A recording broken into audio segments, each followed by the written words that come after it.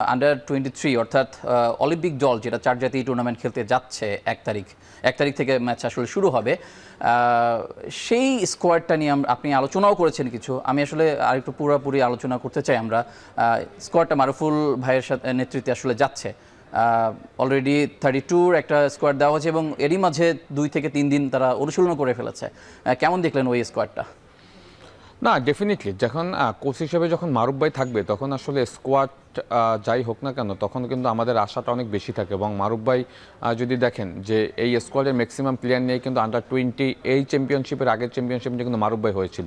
হ্যাঁ, সো মারুফ ভাই তো আসলে সেই এক্সপিরিয়েন্স অনেক রয়েছে এবং এই প্লেয়ারদের সাথে মারুফ ভাই ঘরোয়া ফুটবল এবং ইন্টারন্যাশনালি কাজ করারও তার এক্সপিরিয়েন্স রয়েছে। সেই জায়গা থেকে হোপফুলি মারুফ ভাই ডেফিনেটলি ভালো করবে এবং এটা আমি আশা করি। এবং যে স্কোয়াডটা হয়েছে স্কোয়াডটা দুর্দান্ত হয়েছে।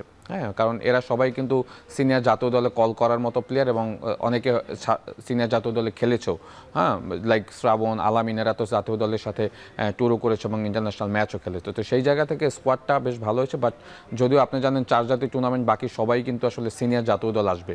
আমরা যদিও অলিম্পিক আন্ডার-23 দলটা যাচ্ছে, বাট প্লেয়ারের কোয়ালিটি যদি দেখেন সবাই কিন্তু লিগে পারফর্ম করা প্লেয়ার। হ্যাঁ, এবং লাস্ট আন্ডার-20 যে দলটা চ্যাম্পিয়ন হয়েছে সেখানের অনেক ম্যাক্সিমাম প্লেয়ার কিন্তু এই দলে রয়েছে, লাইক মোর্শেদ, ফয়সাল, মানিক। সুতরাং এরা কিন্তু এই দলের সাথে ইনক্লুড হয়েছে। অ্যাট দ্য সেম টাইম লিগে পারফর্ম করা প্লেয়ার সবাই কিন্তু এখানে কল পেয়েছে। সো হোপফুলি দলটা বেশ ভালো করবে আশা করছি।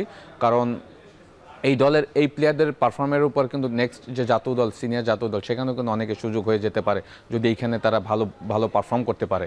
হ্যাঁ, সুতরাং হোপফুলি তারাও সেটা চিন্তা করছে এবং তারা সেটা হয়তো যে টুর্নামেন্ট শুরু হবে 1 তারিখ থেকে সেখানে হয়তো তারা পারফর্ম করে নেক্সট যে জাতীয় দলের যে অ্যাসাইনমেন্ট আছে সেখানে হয়তো অনেকে ঢুকে যেতে পারে। আপনি যেটা বলছিলেন এর আগে আলোচনার ভিতরে যে সৌরভ দেওয়ানের কথা বলছিলেন, তিনি দুর্দান্ত পারফরমেন্স করছেন। আমরা একটু সৌরভ দেওয়ানের পারফরমেন্সটা দেখতে চাই এবারের লিগে।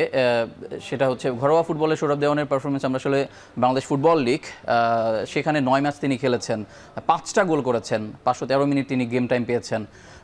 এবং ফেডারেশন কাপে 1 ম্যাচে তার 4 গোল করার যেই রেকর্ডটা বলতে পারেন আপনি, সেখানেও 7 গোল তার আছে।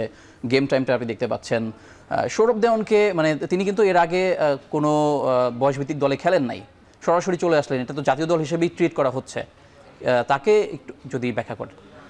নো, আমি তার খেলা দেখেছি, ইজ ভেরি ট্যালেন্টেড স্ট্রাইকার। হ্যাঁ, একজন স্ট্রাইকারের নর্মালি যে গুণাবলীগুলি থাকা দরকার, হ্যাঁ, সেই ম্যাক্সিমাম গুণাবলীগুলি আমি তার ভিতরে দেখছি। ফিজিক্যালি ইজ ভেরি স্ট্রং, টল, হেডিংয়ে গোল করতে পারে, প্লেসিংয়ে গোল করতে পারে, শুটিং অ্যাকুরেসি বেশ ভালো।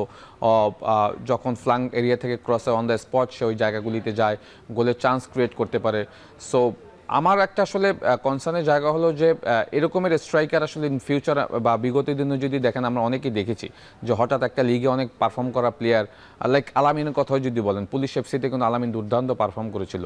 রিসেন্টলি আবার যদি তার ব্যাকআপ দ্য পারফরমেন্স দেখেন সেখানে কিন্তু আবার হঠাৎ করে কিন্তু লিগের পারফরমেন্স ভালো না। সো আমি চাই এই স্ট্রাইকাররা হ্যাঁ রেগুলার পারফর্ম করুক, অ্যাটলিস্ট 10 বছর ওর স্ট্রাইকার হিসাবে খেলুক এবং রেগুলারতে সে যেভাবে গোল করছে এই গোলের ধারাবাহিকতার জন্য থাকে। 1 বছর ভালো খেললাম, পরের বছর যেন আমি আবার পারফরমেন্স অ্যাবসেন্স না হয়, মানে খারাপ না হয়, সেই দিকে যেন কনসার্ন থাকে। তো সৌরভের ব্যাপারটা হলো সৌরভ ফেডারেশন কাপ এবং লিগে তার হ্যাট্রিকও রয়েছে দুইটা জায়গাতেই। তো এটা তো বিশাল একটা প্রাপ্তি আমাদের জাতীয় দলের জায়গা থেকে, কারণ আমাদের তো এই মুহূর্তে স্ট্রাইকার নাই।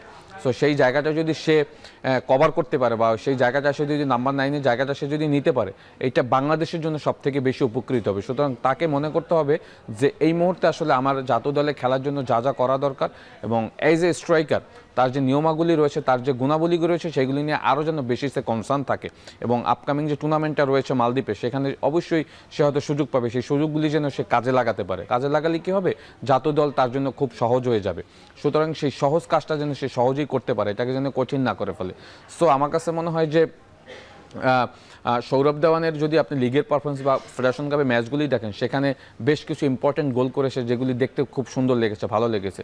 একজন স্ট্রাইকারের কাছ থেকে আসলে আমরা ওইগুলিই চাই। আমি যেহেতু স্ট্রাইকার ছিলাম, আমি আসলে যেটা আমার কাছে মনে হয় যে মেইন ফ্যাক্ট হলো আসলে গোলের চান্স ক্রিয়েট করা, অ্যাট দ্য সেম টাইম ওই জায়গাতে আসলে ফিনিশ করা, যেটা সৌরভ বেশ ভালো করেছে লিগ এবং ফেডারেশন কাপে। সো হোপফুলি আপকামিং যে টুর্নামেন্টটা আছে মালদ্বীপে সেখানেও সে ভালো করবে। জি অবশ্যই। আমরা একটু টুর্নামেন্টটার সময়সীমাটা একটু দেখতে চাই।